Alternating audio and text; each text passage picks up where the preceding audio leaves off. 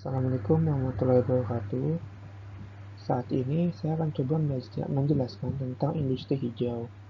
Next slide. Terdapat beberapa definisi tentang industri hijau. Yang pertama dalam pasal 3 Undang-Undang Nomor 3 Tahun 2014. Di sini nomor 1 ini menjelaskan tentang perindustrian itu tujuannya apa. Kemudian yang kedua dalam pasal 1 Undang-Undang Nomor 3 Tahun 2014 itu tentang pengertian industri hijau itu sendiri seperti apa. Kemudian industri hijau itu sendiri juga harus menghasilkan suatu ekoproduk baik dari mulai perancangan sampai dengan dia menjadi limbah ataupun rusak. Kemudian dasar hukum industri hijau.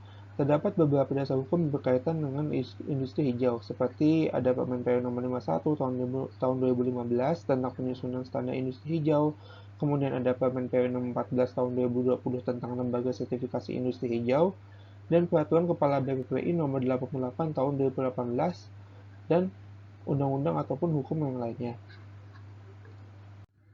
Berdasarkan web UNICEF, terdapat 17 Sustainable Development Goals yang diciptakan oleh United Nations.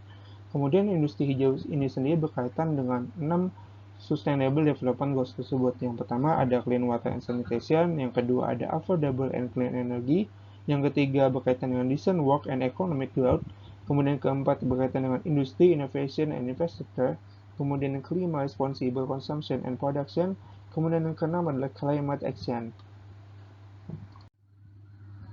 Pengembangan industri hijau. Dalam melakukan pengembangan industri hijau terhadap beberapa cara. Yang pertama itu adalah Kementerian itu melakukan standar industri hijau atau penunjukan lembaga sertifikasi industri hijau. Kemudian yang kedua itu adalah memberikan penghargaan industri hijau terhadap perusahaan-perusahaan atau industri-industri. Kemudian ketiga melakukan penguatan, pemantauan, dan evaluasi. Penguatan pemantauan dan evaluasi yang dilakukan adalah yang pertama itu adalah penguatan penerapan prinsip industri hijau itu sendiri, kemudian yang kedua itu penguatan lembaga dan pengembangan standar industri hijau, kemudian yang ketiga pemantauan terhadap penurunan emisi gas rumah kaca di bidang sektor industri, yang keempat itu adalah penguatan infrastruktur, dan yang kelima penerapan sirkular ekonomi.